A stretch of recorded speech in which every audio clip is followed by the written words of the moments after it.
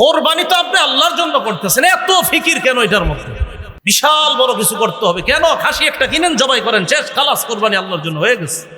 এই গরুর গোস্তটা মনে হয় মজা হবে, না না আমগর একটু মজা বেশি হয়েছে, কম হয়েছে, এগুলা বললেন না আল্লাহর রাস্তে। আবার হিসাব করে যে এই যে বাজারে বেচলে কত টাকার গোস্ত বেচা যায় তো দেখি, তো হিসাব করে দেখে আহা কিনলাম 1 লাখ দিয়া, গোস্ত তো 80,000 টাকার বেচা হবে, হইতো তার মানে কি 20,000 টাকা লস খাইলাম। আরে আশ্চর্য তো, আপনি এগুলো কি করেন?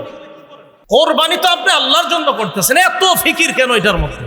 বিশাল বড় কিছু করতে হবে কেন? খাসি একটা কিনেন, জবাই করেন, শেষ, খালাস, কোরবানি আল্লাহর জন্য হয়ে গেছে। সবাই বলেন কোরবানি কার জন্য?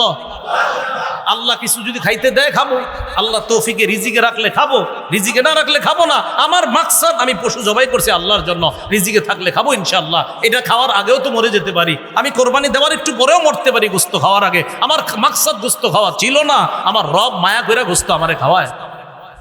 জিলহজ মাসের আরেকটা বৈশিষ্ট্য, জিলহজ মাস আসলে আমরা যে সমস্ত কাজ কার জন্য করি বলেন তো?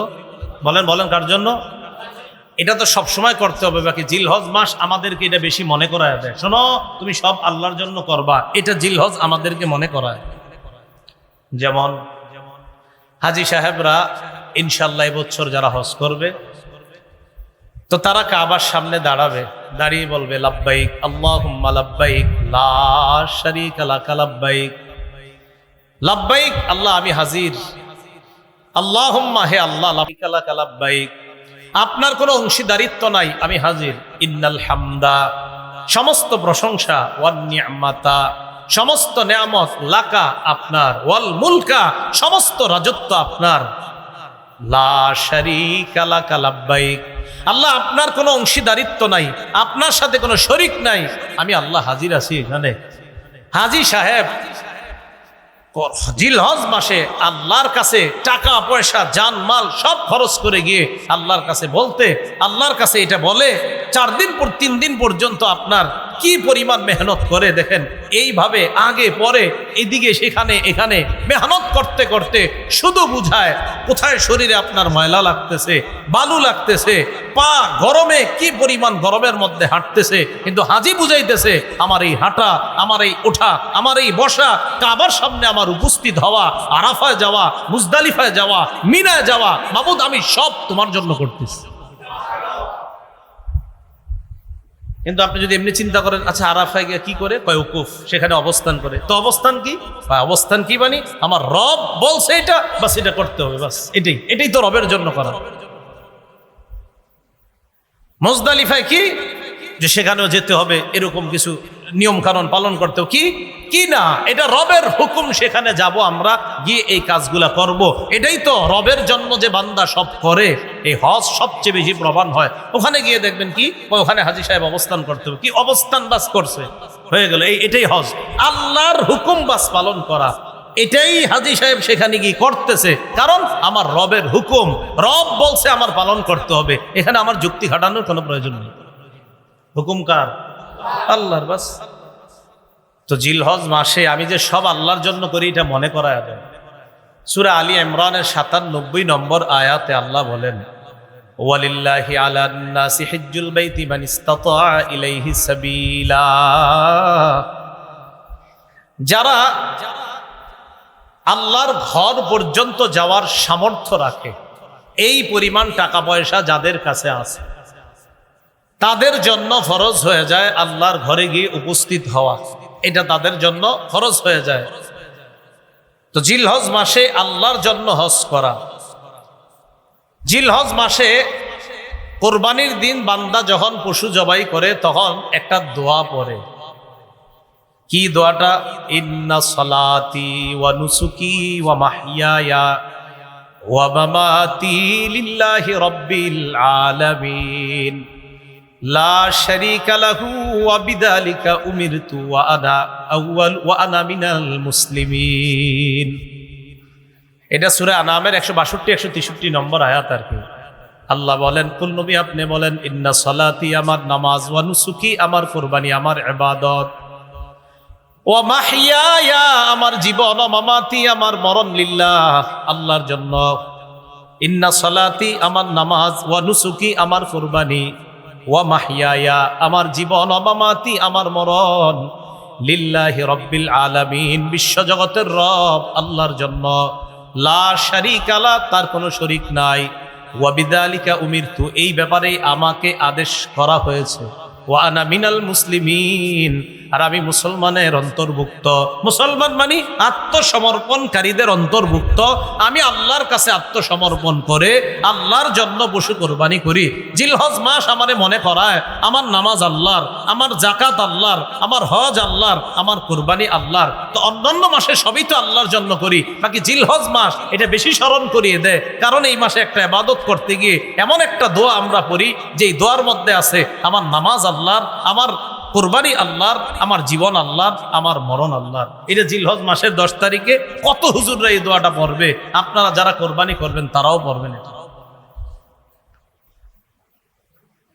জিলহজ মাসে এই বিষয়টা আমাদেরকে আরেকটা মনে করায় যে আমার সমস্ত আমলের নিয়তটা যেন পরিশুদ্ধ হয়, এটা আমাকে জিলহজ মাস মনে করায়। কি শুদ্ধ হয় বলেন তো? সবাই বলেন কি? নিয়তের সম্পর্ক কলবের সাথে। বলেন নিয়তের সম্পর্ক কোথায়? সূরা হজের মধ্যে আল্লাহ বলেন, 38 নম্বর আয়াতে আল্লাহ বলেন, লা ইয়ানালাল্লাহু লুহুমুহা ওয়ালা দিমাউহা ওয়ালাকিন ইয়ানালুহুত তাকওয়া মিনকুম। লা ইয়ানালাল্লাহু লুহুমুহা, আল্লাহর কাছে পৌঁছে না লুহুমুহা, পশুর গোশত, ওয়ালা দিমাউহা, রক্ত পৌঁছে না, ওয়ালাকিন ইয়ানালুহুত তাকওয়া মিনকুম, তোমাদের মধ্যে কাদের তাকওয়া আছে এই তাকওয়া আল্লাহর কাছে পৌঁছে যায়। বলেন কোরবানি করি কার জন্য? গোশত খাই কারা? আমরা। বলেন কারা? কি আশ্চর্যের ব্যাপার! আল্লাহর জন্য পশু জবাই করলাম, যার জন্য পশু জবাই করলাম তিনি আমাদেরকে ওই পশুর গোশত দিয়ে মেহমানদারির ব্যবস্থা করে দিয়েছেন। পশু আল্লাহর জন্য করছি না জবাই, তো খাই তো আমরাই। আরে কারা খায়? এইটাই তো আল্লাহর অনুগ্রহ আমাদের প্রতি। যার জন্য জবাই করলাম তিনি আমাদেরকে এই খাদ্য দিয়ে দিচ্ছেন, নাও নাও তোমরা খাও, তোমাদের এই গোশত রক্ত তো আমার কাছে আসবে না, আমি দেখি তোমাদের তাকওয়া এইটা যদি আসে বাস তোমাদের কোরবানি কবুল হবে, এই খাওয়াও সব কবুল হয়ে যাবে। কিন্তু ওইটা যদি না আসে কোরবানিটাই কবুল হবে না। এই জন্য আমরা যারা কোরবানি করব 3টি মৌলিক কথা মনে রাখবো। বলেন কয়টি? 4টি। 3টি না, বলেন 4টি। কয়টি? 1 নাম্বার বলেন পরিশুদ্ধ নিয়ত। বলেন পরিশুদ্ধ নিয়ত, হালাল টাকায় কোরবানি। 2 নাম্বার বলেন তো কি টাকা? 3 নাম্বার বলেন শরীয়ত মোতাবেক কোরবানি। 4 নাম্বার রিয়া মুক্ত কোরবানি। 1 নাম্বার পরিশুদ্ধ নিয়তের সাথে কোরবানি, 2 নাম্বার হালাল টাকায় কোরবানি, 3 নাম্বার শরীয়ত মোতাবেক কোরবানি, 4 নাম্বার রিয়া মুক্ত, কাউরে দেখানোর জন্য না, রিয়া মুক্ত কোরবানি। এই 4টা মৌলিক কথা মনে রাখবো। থাকবো তো ইনশাল্লাহ? আচ্ছা, এর মধ্যে 1 নাম্বার নিয়তটা শুদ্ধ করা। সহিহ বুখারীর বর্ণনা 1 নম্বর হাদিস, সহিহ বুখারীর প্রথম হাদিস। ওমর ইবনুল খাত্তাব রাদিয়াল্লাহু তাআলা আনহুর বর্ণনা, তিনি বলেন, আমি রাসূলুল্লাহ সাল্লাল্লাহু আলাইহি সাল্লামকে বলতে শুনেছি, ইন্নামাল আমালু বিন্নিয়াত। রাসূলুল্লাহ সাল্লাল্লাহু আলাইহি সাল্লাম বলেন, সমস্ত কাজের প্রতিদান নির্ভর করে নিয়তের উপর।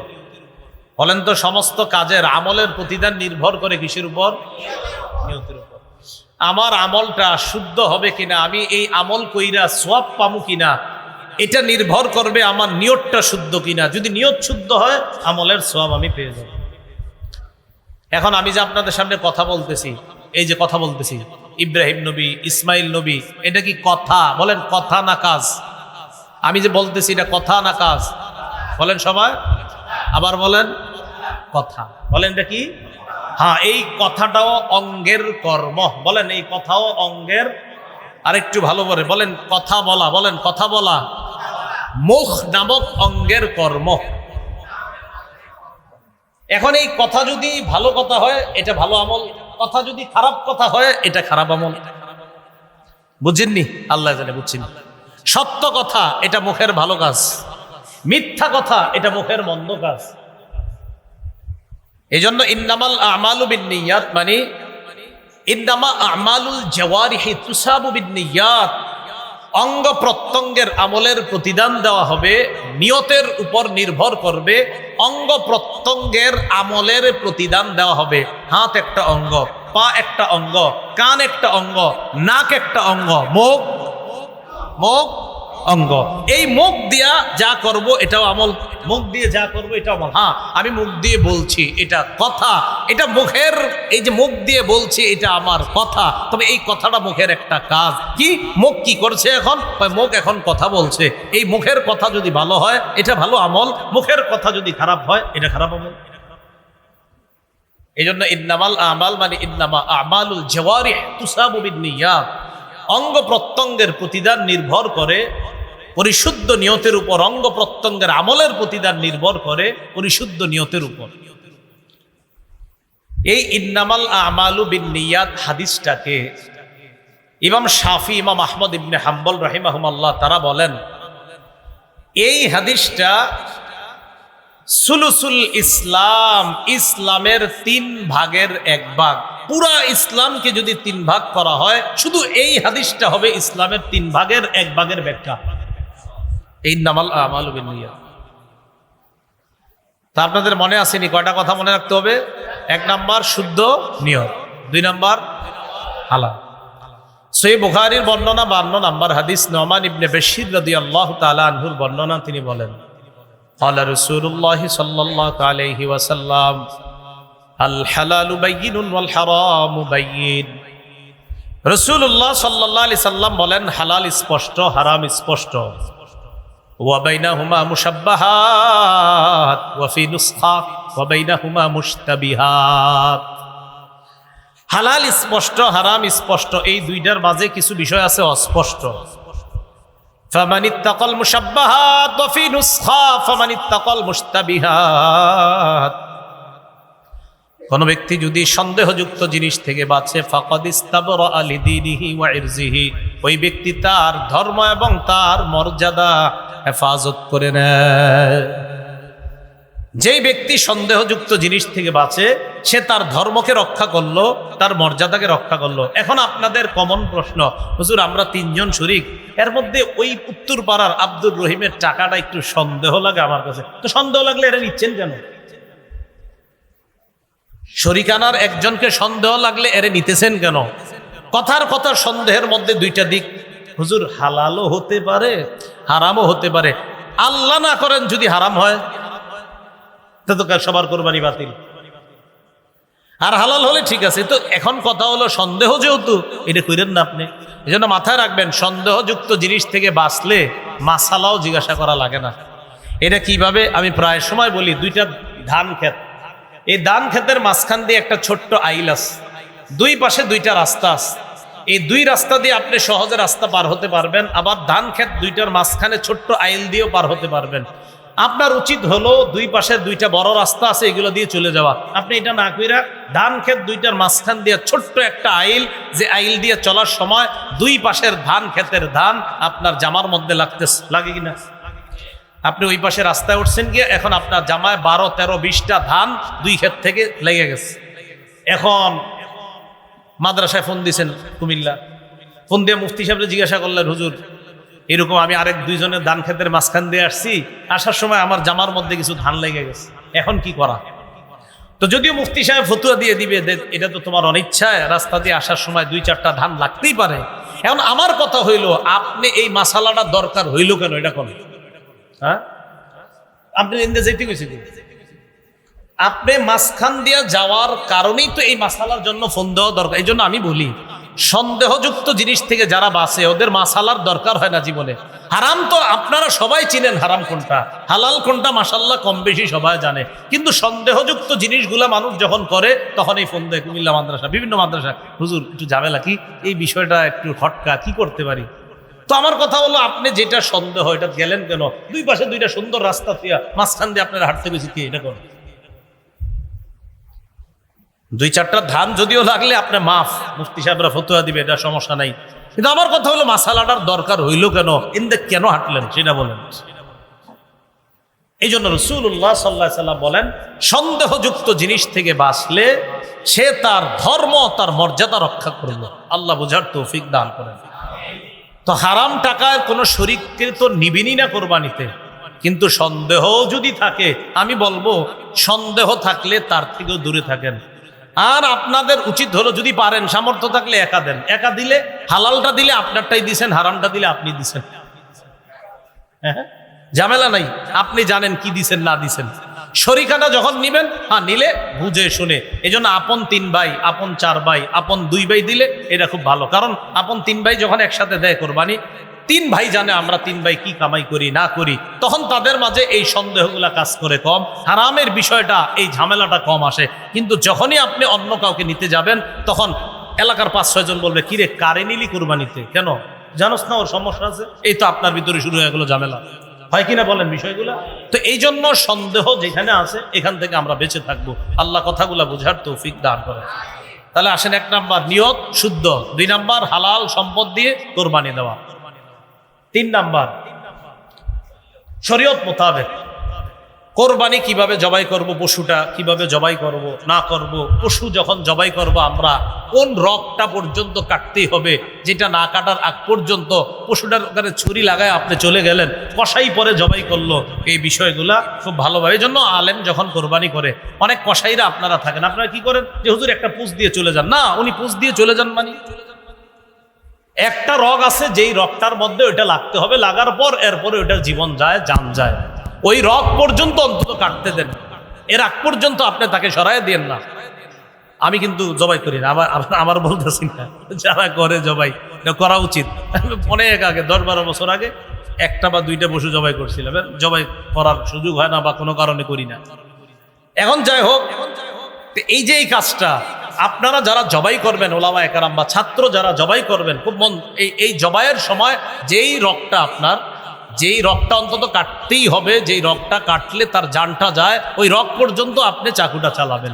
এরপর আপনি ঠিক আছে, ওরা দেখবেন মাঝখানে এইভাবে একটা আঘাত করে কসাইরা, এই কাজটা করতে দিবেন না। গরুর এই জায়গায় মাঝে একটা এইভাবে দেয়, এটা করতে দিবেন না। তো যাই হোক, শরীয়ত মোতাবেক করা, কোনো বেদাত যেন আমার কোরবানির মধ্যে প্রবেশ না করে, কোনো বেদাত যেন প্রবেশ না করে। এটা কেমন? গরু আপনি কোরবানির জন্য কিনলেন, কেনার পর কোরবানি দেওয়ার আগ পর্যন্ত এমন এমন কিছু কাজ করে এলাকার মানুষ, এটা আর কোরবানির যোগ্যই থাকে না। কি করে না করে, মানে কত রসুম পালন করে, সব জায়গায় না, কিছু কিছু জায়গায় অনেক রসুম পালন করে। এই রসুমগুলা পালন করেন না। সহিহ বুখারীর বর্ণনা 2697 নম্বর হাদিস, আম্মাজান আয়েশা সিদ্দিকা রাদিয়াল্লাহু তাআলা আনহার বর্ণনা। আম্মাজান আয়েশা সিদ্দিকা রাদিয়াল্লাহু তাআলা আনহা তিনি বর্ণনা করেন, ক্বালা রাসূলুল্লাহ সাল্লাল্লাহু আলাইহি ওয়াসাল্লাম, আয়েশা সিদ্দিকা রাদিয়াল্লাহু তাআলা আনহা বলেন, রাসূলুল্লাহ সাল্লাল্লাহু আলাইহি সাল্লাম বলেন, মান আহদাসা ফি আমরিনা হাদা মা লাইসা মিনহু ফাহুয়া রাদ্দুন। আমাদের ইসলাম ধর্মের মাঝে যদি ইবাদতের নামে সওয়াবের আশায় নতুন কিছু কেউ অনুপ্রবেশ করায়, এবার আপনারা আমার সাথে বলেন, ইসলামের মধ্যে ইবাদতের নামে সওয়াবের আশায় নতুন কিছু করা বেদাত। মনে থাকবে নি? ইসলামের মধ্যে ইবাদতের নামে সওয়াবের আশায় নতুন কোনো কিছু আবিষ্কার করা, আবির্ভাব করা বেদাত। এটা কি বলেন? বেদাত। কত ধরনের পদ্ধতি আবিষ্কার হয়, আল্লাহ হেফাজত করেন। ইমাম মালিক রাহমাতুল্লাহি আলাইহি বলেন, মান ইবতাদা ফিল ইসলামি বিদআতান ইয়ারাহা হাসানাহ ফাকাদ জামা আন্না মুহাম্মাদান ক্বাদ খানা রিসালা। ইমাম মালিক বলেন, কোন ব্যক্তি যদি ইসলামের মধ্যে নতুন কিছু আবিষ্কার করে আর সে যদি এটাকে অনেক উত্তম মনে করে, কেমন যেন সে মুহাম্মদ সাল্লাল্লাহু আলাইহি সাল্লামের দায়িত্বকে খেয়ানত করে গিয়েছে, এই দাবি ওই ব্যক্তি করতেছে।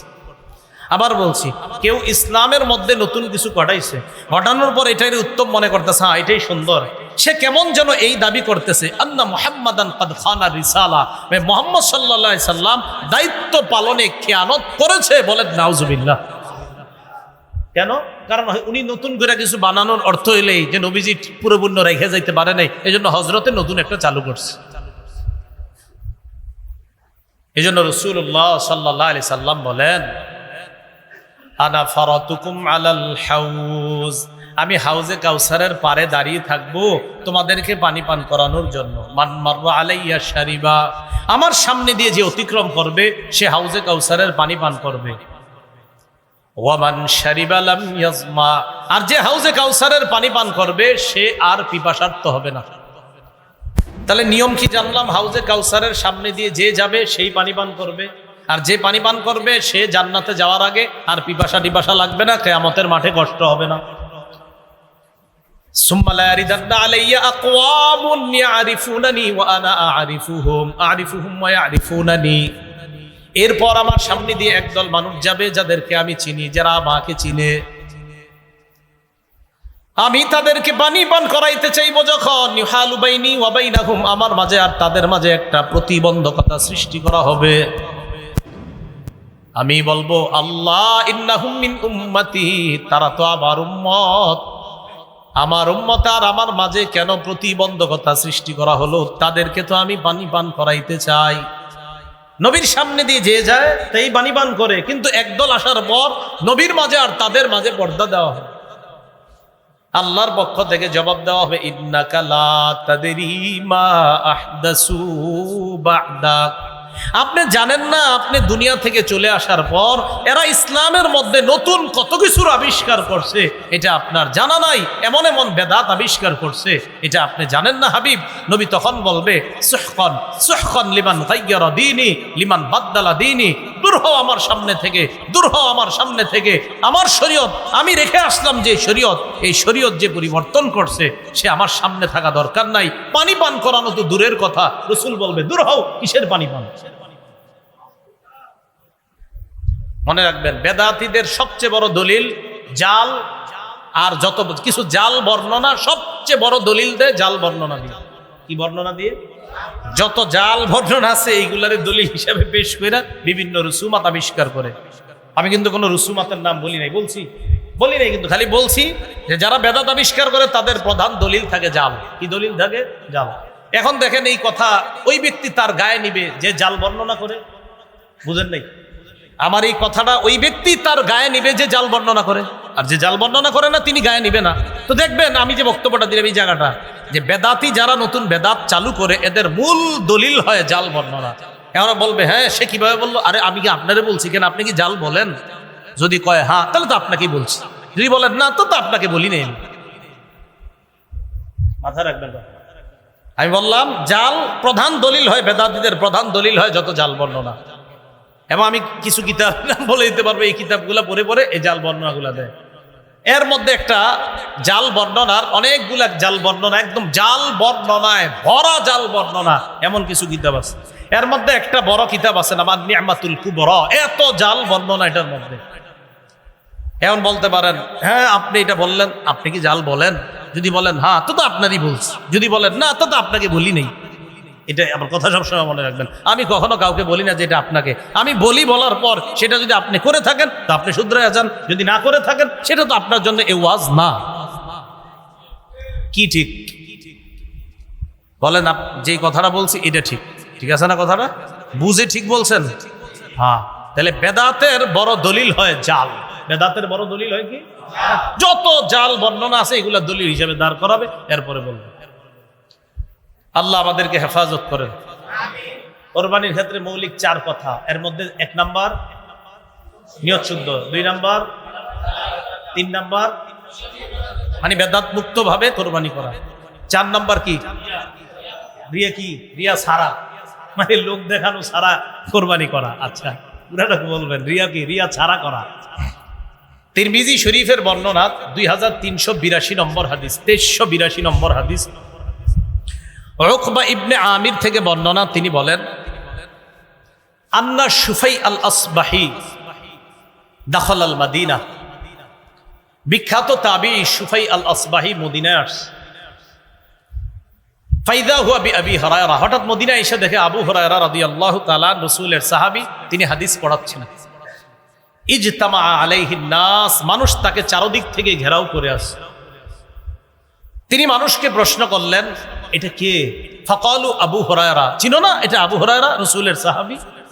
ইউহাদ্দিসুন নাস, তিনি মানুষকে হাদিস পড়াচ্ছেন। সুফাই আল আসবাহি রহমতুল্লাহ বলেন, ফাদানাউতু মিনহু, আমি তার কাছে গেলাম।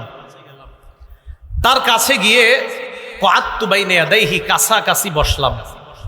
ফালাম্মা সাকাতা ওয়া খালা, হাদিস পড়ানো যখন শেষ করলেন এবং যখন তিনি একাকী হলেন, আমি তার কাছে গেলাম, গিয়ে বললাম, আপনার একটা কথা বলতে আসছি। আবু হুরায়রা রাদিয়াল্লাহু তাআলা আনহু বললেন, কি কথা বলো? তো বললেন, আনশুদুকা বিহাক্কিন ওয়া বিহাক্কিন লাম্মা হাদ্দাসতানি হাদিসান আর রাসূলিল্লাহি সাল্লাল্লাহু আলাইহি সাল্লাম, হাদিসান সামি'তাহু মির রাসূলিল্লাহি সাল্লাল্লাহু আলাইহি সাল্লাম, আকালতাহু ওয়া আলিমতাহু। আপনাকে আমি শপথ দিয়ে একটা কথা বলি, আপনি আমারে এমন একটা হাদিস শোনান যে হাদিসটা নবীর থেকে শুনছেন, বুঝছেন, জানছেন। কি সুন্দর কথা, যে হাদিসটা নিজে বুঝছেন, জানছেন, ভালোভাবে শুনছেন, এমন একটা হাদিস শোনান। আবু হুরায়রা রাদিয়াল্লাহু তাআলা আনহু বললেন, আফআলু, তুমি যেটা বলছো আমি এটা করছি, এখন দাঁড়াও। লা উহাদ্দিসান্নাকা হাদিসান হাদ্দাসানিহি রাসূলুল্লাহ সাল্লাল্লাহু আলাইহি ওয়াসাল্লাম, আমি তোমাকে এখন রসুলের একটা হাদিস শোনাবো, যে হাদিসটা নবী আমাকে শুনিয়েছেন, এমন একটা হাদিস আমি তোমাকে শোনাবো। এই কথা বইলে কি হয়েছে জানেন? সুম্মা নাশাগা আবু হুরায়রা তানাশাগা, আবু হুরায়রা রাদিয়াল্লাহু তাআলা এটা বইলে বেহুশ হয়ে গেছে। হাদিস বলছিনি, বলে নাই, বলছে শোনাবো, এটা বইলে বেহুশ হয়ে গেছে। ফালাম্মা আফাকা, ওনার যখন হুশ ফিরে আসছে, হুশ ফিরে আসার পর তখন তিনি আবার বললেন, আফআলু লা উহাদ্দিসান্নাকা হাদিসান হাদ্দাসানিহি রাসূলুল্লাহ সাল্লাল্লাহু আলাইহি ওয়াসাল্লাম ফি হাযাল বাইত মা মা'না আহাদুন গায়রি ওয়া গায়রুহু, আমি তোমাকে এমন একটা হাদিস বলবো যে হাদিসটা নবী আমাকে এই ঘরে শুনিয়েছে, আমি আর নবী ছাড়া এই ঘরে তখন কেউ ছিল না, এমন একটা হাদিস আমারে বলছে, ওই হাদিসটা আমি এখন তোমাকে শোনাবো। তাহলে হাদিসটা গুরুত্বপূর্ণ। এটা বইলে আবার বেহুশ হয়ে গেছে। হাদিস শোনাইছিনি? শোনাইনি। ফালাম্মা আফাকা, আবার যখন হুশ ফিরে আসছে, ফাকালা আবু হুরায়রা রাদিয়াল্লাহু তাআলা আনহু, আবু হুরায়রা রাদিয়াল্লাহু তাআলা আনহু বললেন, লা উহাদ্দিসান্নাকা হাদিসান হাদ্দাসানিহি রাসূলুল্লাহ সাল্লাল্লাহু আলাইহি ওয়াসাল্লাম আনা ওয়া হুয়া ফি হাযাল বাইত মা মা'না আহাদুন গায়রি ওয়া গায়রুহু, আমি তোমাকে এমন একটা হাদিস শোনাবো যে হাদিসটা আল্লাহ নবী আমাকে এই ঘরের মধ্যে বলছে, আমি আর নবী ছাড়া কেউ ছিল না। সুম্মা নাশাগা আবু হুরায়রা নাশগাতান উখরা, আবার বেহুশ হয়ে গেছে। কয়বার? ফালাম্মা আফাকা, আবার হুশ ফিরে আসছে। হুশ ফিরে আসার পর সুফাই আল আসবাহি বললেন, হাদ্দিসনি হাদিসা, এমন একটা হাদিস বলেন যে হাদিসটা আপনি শুনেছেন, বুঝেছেন, জেনেছেন। আবু হুরায়রা বললেন, লা উহাদ্দিসান্নাকা হাদিসান হাদ্দাসানিহি রাসূলুল্লাহ সাল্লাল্লাহু আলাইহি ওয়াসাল্লাম ফি হাযাল বাইতি ফি মাকামি হাযা, এই ঘরে এই স্থানে নবী আমারে হাদিসটা বলছে, এখনই তোমাকে শোনাবো। এটা বইলে আবার বেহুশ হয়ে গেছে। আবার হলো চারবার। বোঝা যাচ্ছে গুরুত্বপূর্ণ কথা, এই জন্য বেহুশ হয়ে যেতেছে।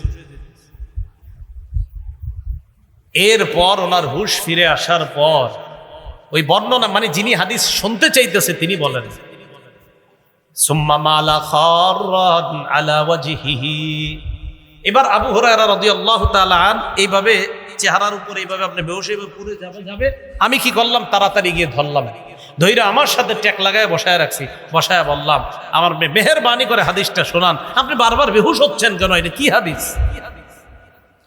তখন আবু হুরায়রা রাদিয়াল্লাহু তাআলা আনহু বললেন যে আল্লাহ পাক রব্বুল আলামিন যখন কিয়ামতের ময়দান কায়েম করবেন, বান্দাদের বিচার ব্যবস্থা যখন আল্লাহ শুরু করবেন, আউয়ালু মান ইয়াদউ বিহি, সর্বপ্রথম আল্লাহ ডাকবেন এমন তিন ব্যক্তি, ডাকবে তো অনেক, এমন তিন ব্যক্তি, এর মধ্যে একজন রাজুলুন জামাআল কুরআন,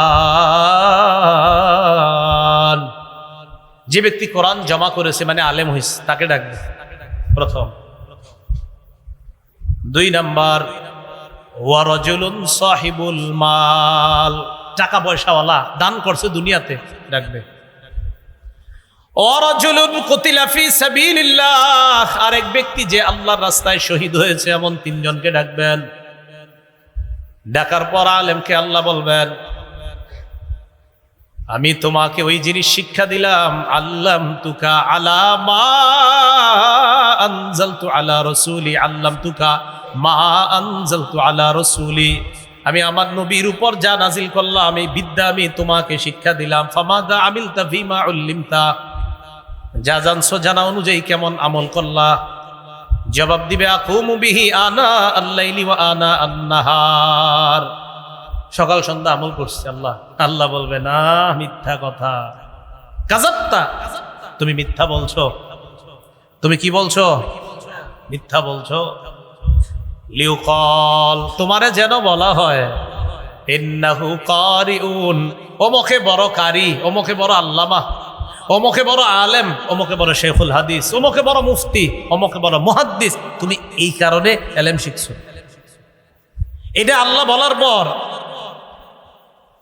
ওয়াতাকুলু লাহুল মালাইকা কাযাবতা, আল্লাহ তাকে বলছে তুমি মিথ্যা বলছো। ফেরেশতারা আল্লাহর কথা সমর্থন করে ওই বান্দারে বলবে, হ্যাঁ তুমি মিথ্যা বলছো।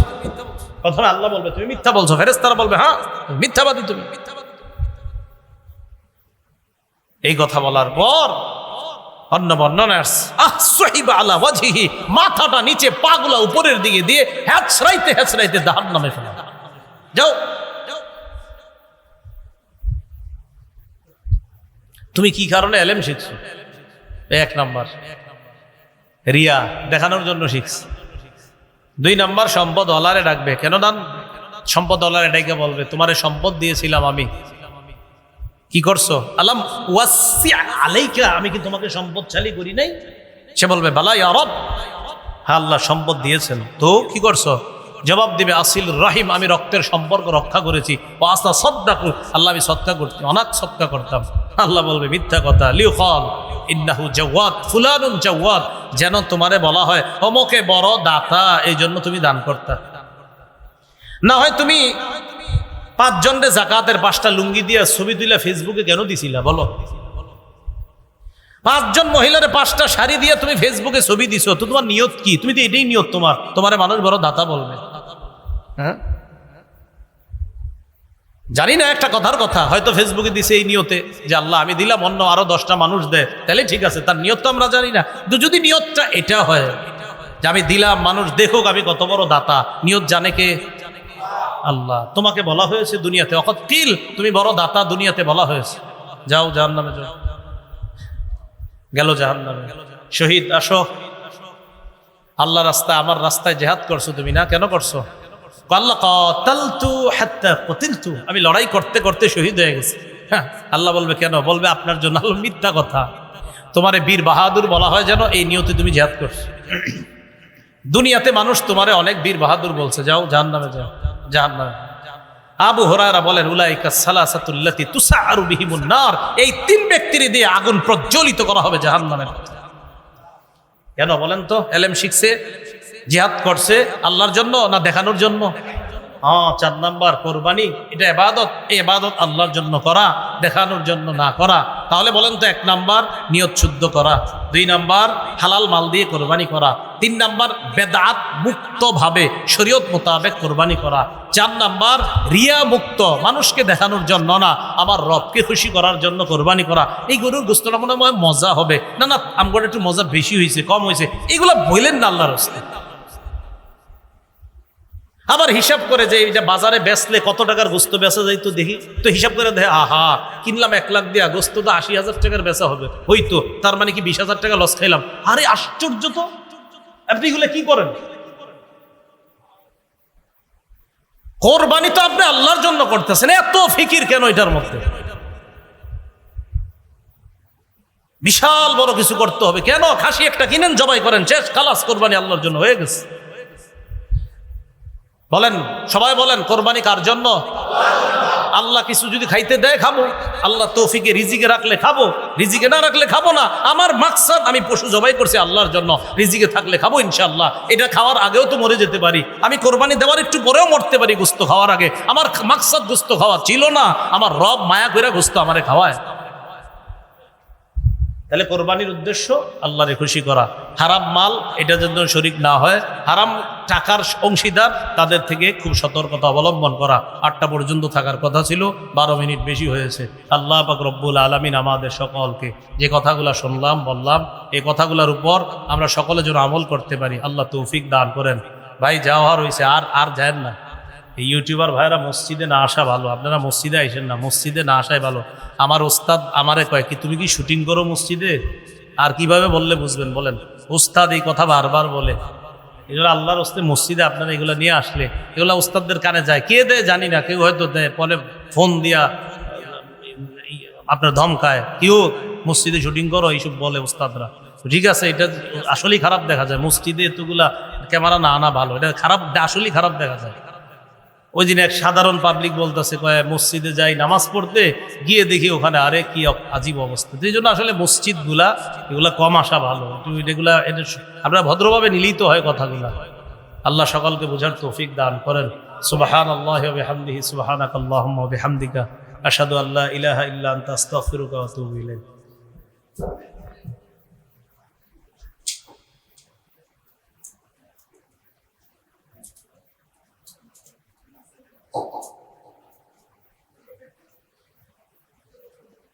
আলহামদুলিল্লাহ ভাই, শুকরিয়া আদায় করতেছি আপনাদের।